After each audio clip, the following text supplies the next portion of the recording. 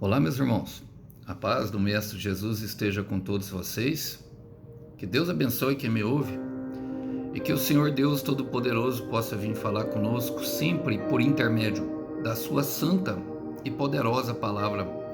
Palavra que é poderosa para nos instruir, direcionar, nos colocar numa rota de milagres e nos preparar para tudo aquilo que nós temos pedido em oração ao Senhor. Gostaria que durante essa palavra você pedisse a Deus para colocar no teu coração paz, se tudo aquilo que você tem pedido a Deus é de fato o que Ele mesmo quer, é a vontade dele para a tua vida. Se você sentir paz, meu irmão, se você sentir paz, minha irmã, no coração durante essa ministração, abra espaço para que o Senhor te direcione para aquilo que deve ser feito, para aquilo que deve ser a tua prática, meu irmão, para aquilo que deve ser a tua prática, e assim nós chegarmos nesse lugar de bênçãos.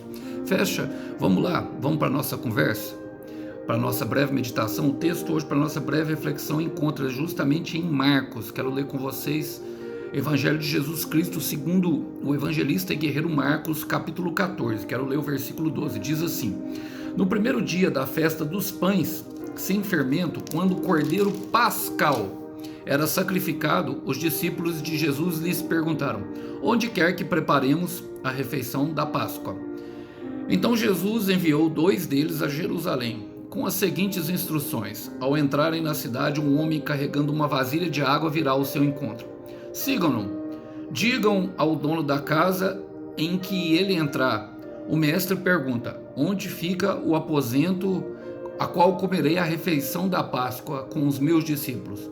Ele os levará a uma sala grande no andar superior, que já estará arrumada. Preparem ali a refeição. Então os 2 discípulos foram à cidade e encontraram tudo como Jesus tinha dito, e ali prepararam a refeição da Páscoa. Glória a Deus por essa palavra, irmãos. Eu gosto que é justamente ali a fase de preparação, de entrega, e o Senhor Jesus incube.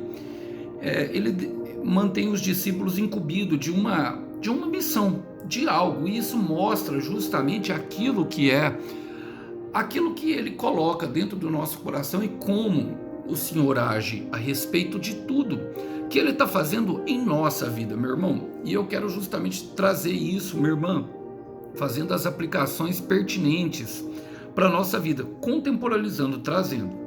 Vamos lá? Começa falando assim, ó: no primeiro dia da festa dos pães sem fermento, quando o cordeiro pascal era sacrificado, os discípulos de Jesus lhe perguntaram: onde quer que preparemos a refeição da Páscoa? A festa do fermento, essa festa dos pães sem fermentos, irmãos, era uma festa que prenunciava a festa da Páscoa, uma festa antes de 7 dias, a qual o cordeiro pascal era justamente imolado, e o próprio cordeiro pascal seria o Senhor Jesus. Os pães sem fermentos, o pão representa a palavra, sem fermento representa justamente sem os traumas, sem as vivências, sem tudo aquilo que vem do homem, sem o fermento humano. É a palavra pura e simples, vinda do céu, aquela palavra que é capaz de nos instruir e fazer total diferença. Hoje nós vemos pregações, vemos muita ministração. Eu nunca tenho se pregado tanto a palavra, mas tem muito fermento humano, tem traumas, nós vemos em altares às vezes sendo lavado a roupa, sabe? Pessoas direcionando a palavra e colocando ela no seu querer, na sua vontade.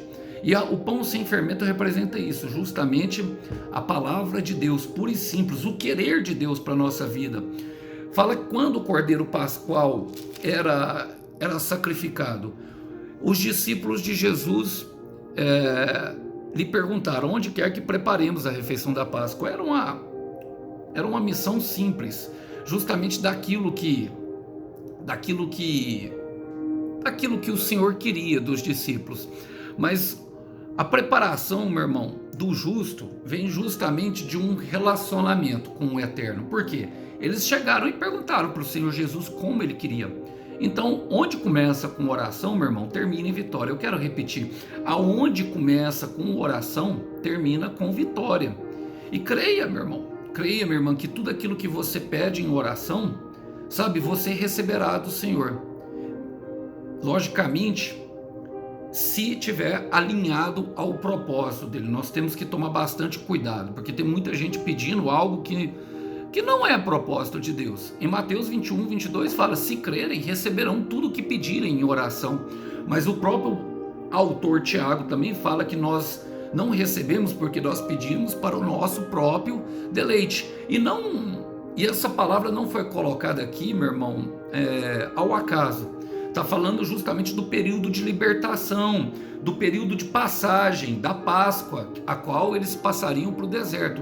E o deserto significa justamente isso, um período a qual nós conhecemos o nosso Deus e crescemos em intimidade. Então creia que você vai receber tudo que você tem pedido em oração. Eles perguntam ao Senhor Jesus: onde quer que preparamos a refeição da Páscoa? Então Jesus enviou 2 deles a Jerusalém, com as seguintes instruções. Eu gosto dessa parte, por quê, irmão? Porque um envio fala justamente de uma mensagem. Nós enviamos uma mensagem, e em 1 Coríntios capítulo 3, versículo 2 Coríntios capítulo 3, versículo 6, fala que nós somos cartas vivas do Senhor Jesus. E é bom essa parte de 2 em 2, por quê? Porque um ajuda o outro, tem cumplicidade, tem encorajamento, tem consolo nos momentos difíceis. O Senhor sempre enviava de 2 em 2, mas eu quero me apegar à parte, irmão, por quê?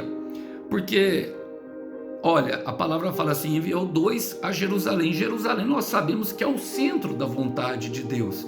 Então a direção de Deus sempre virá, meu irmão, associada à sua vontade, ou seja, tudo que nós pedirmos em oração, Ele dará um propósito, porque tudo que Deus faz é proposital, tem objetivo, tem foco e tem justamente um propósito. E olha o que ele fala: ao entrarem na cidade, um homem carregando uma vasilha de água virá ao seu encontro. Sigam-no. Ou seja, ele nos instruirá, meu irmão, justamente diante de tudo o que nós temos passado, com aquilo que nós precisamos. Como aqueles discípulos, olha, a palavra fala, olha, é muito bom isso, porque fala assim, ó, ao entrarem na cidade, um homem carregando uma vasilha, só Deus pode dar uma direção assim, irmão. Eu já vivenciei isso na minha vida, sabe, através do Espírito Santo de Deus. Coisas que ele fala assim: vira aqui, vira aqui. Quando eu queria ir para a direita, ele mandava eu virar para a esquerda. Quando eu queria ir para a esquerda, ele mandava eu virar para a direita. E eu presenciar algo, sabe, que o meu coração estava querendo. Um dia eu quis ver, eu estava com vontade de ver uma pessoa e eu não encontrava ela. O Senhor falou assim: vira aqui. Aí eu peguei e virei. E ele pegou e falou assim: entra no shopping e dá uma volta. E a passagem pelo shopping era grande. E eu estava trabalhando e nisso tocou uma corrida lá na frente. Quando a corrida tocou lá na frente, que deu o tempo certinho, que eu fui parar para ver, a pessoa passou do meu lado. Irmão, somente Deus pode fazer dessa forma. E por isso que é importante a vida de oração. Começa com a oração. E quando começa com a oração, tem direção e instrução.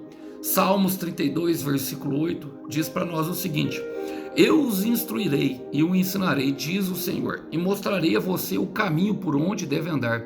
Eu mesmo lhe darei conselhos e vigiarei. Em Jeremias 1,12 fala que ele vigia para que a palavra dele se cumpra. E olha, essa palavra se cumpriu. Aí o que aconteceu? No versículo 14 ele fala: digam ao dono da casa onde ele entrar. O homem do balde não era a conexão, era o dono da casa onde ele entrar. Fala: o mestre pergunta: onde fica o aposento, qual comerei a refeição da Páscoa com os meus discípulos? Percebe, irmão? Ele fala assim, ó, o mestre pergunta, digam ao homem, ao dono da casa, o mestre pergunta. Então tudo que nós formos fazer, irmão, devemos fazer em nome do Senhor Jesus.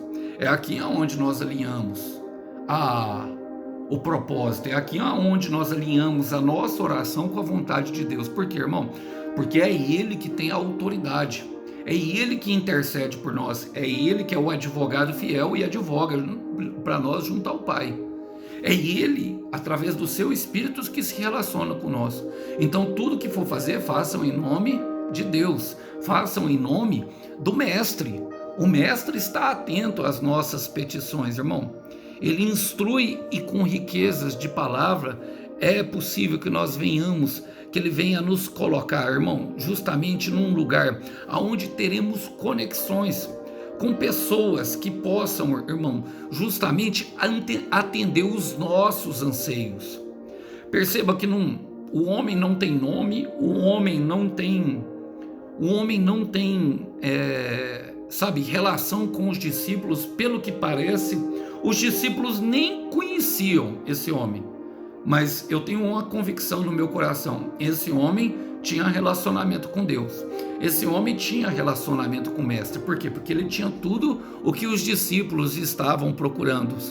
E é impressionante isso, não é verdade, irmãos? Quem já vivenciou esse tipo de situação, de uma providência chegar de uma pessoa totalmente desconhecida? Irmão, quem já vivenciou isso sabe que é poderoso, sabe que o Senhor Deus está no controle de tudo e de todos, e que Ele não renunciou à sua autoridade, e que Ele pode nos ajudar no momento oportuno. Atos capítulo 4, versículo 30, a palavra do Senhor Deus diz o seguinte: estenda a mão para curar e realizar sinais e maravilhas, pelo nome do seu santo servo.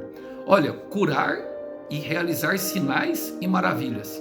Por quê? Porque somente Deus pode fazer, como ele fez um sinal e uma maravilha aqui, irmão. Tudo que nós fomos fazer, esse versículo traz justamente quando estenda a mão, expor a mão, impor a mão, é sempre feito em nome do Senhor Jesus. O Senhor Jesus fala: tudo que for pedirem, peçam em meu nome, e se crerem, será realizado em nome dele, irmão.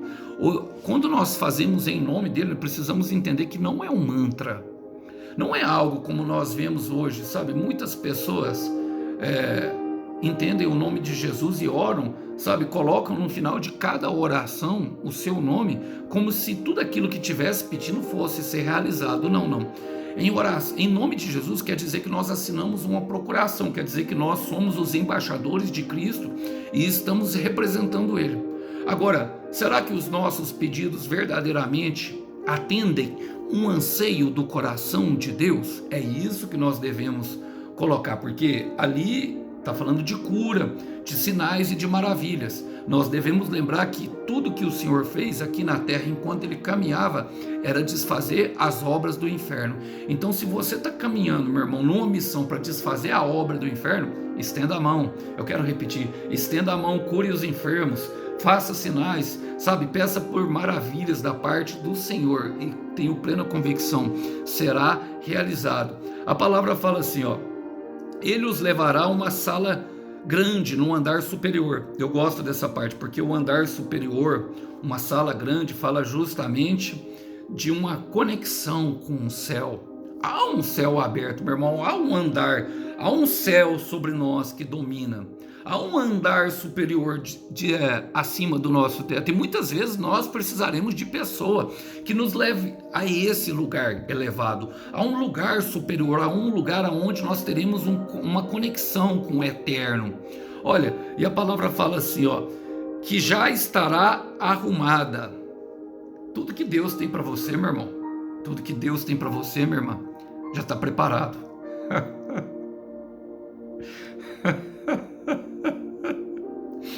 Rei Kamandarabada Sobiandarande Rei Kandaramandarabandaraya Joko Mandakaya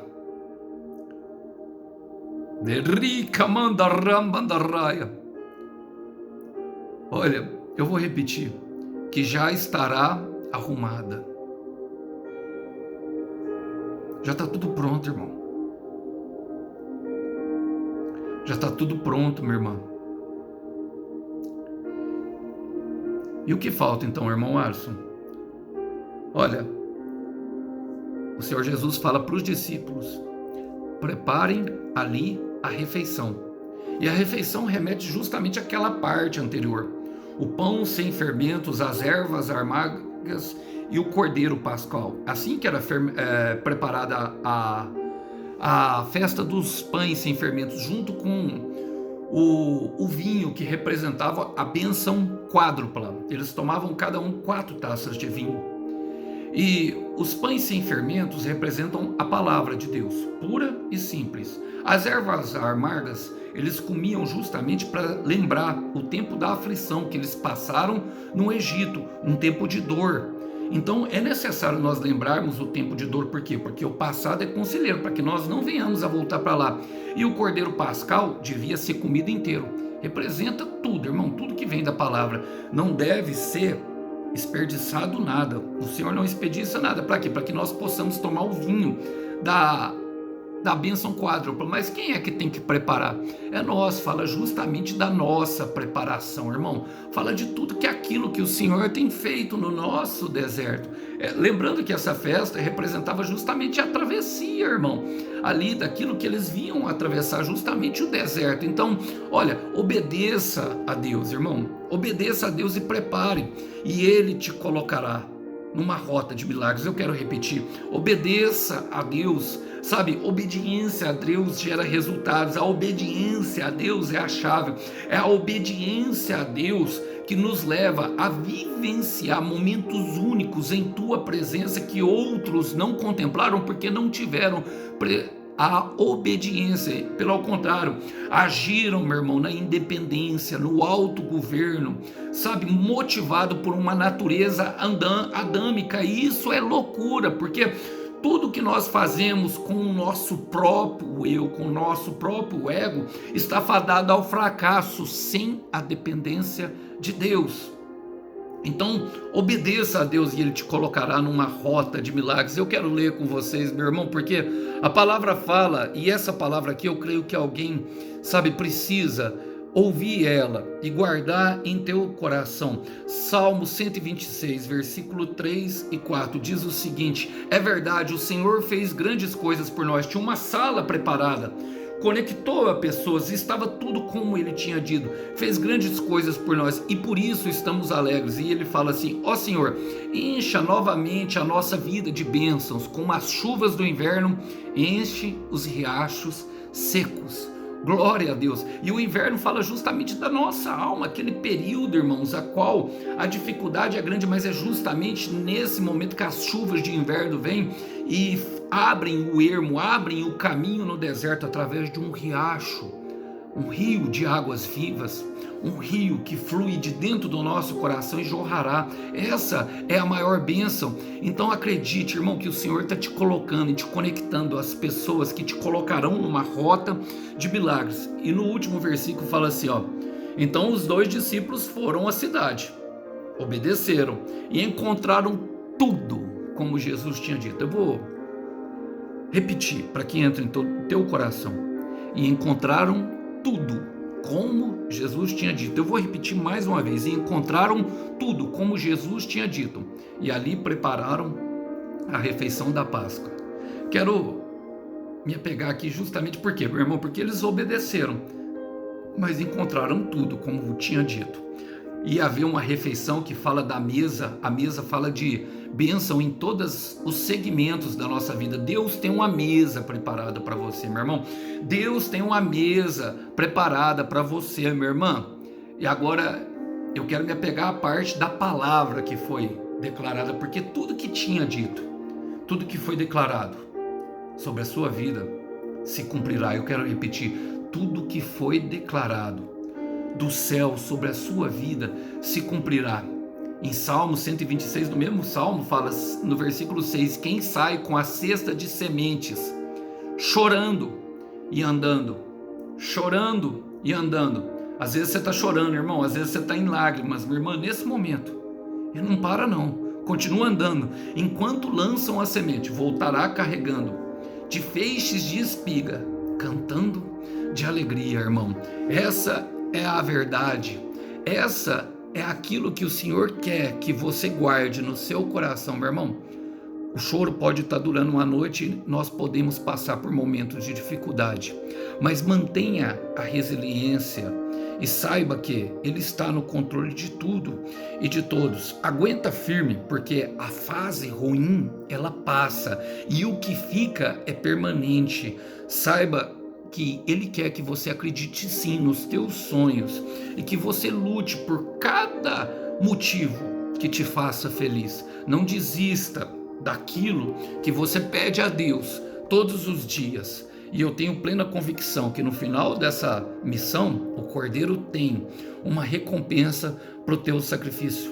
Gostaria de deixar essa mensagem em um versículo para ficar em teu coração.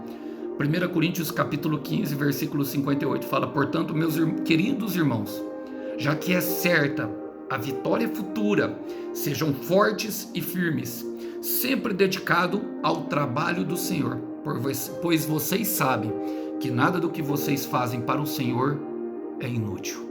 Que os irmãos possam ficar aqui com essa breve mensagem. A paz do Senhor Jesus esteja com todos. Até uma próxima. Tchau, tchau.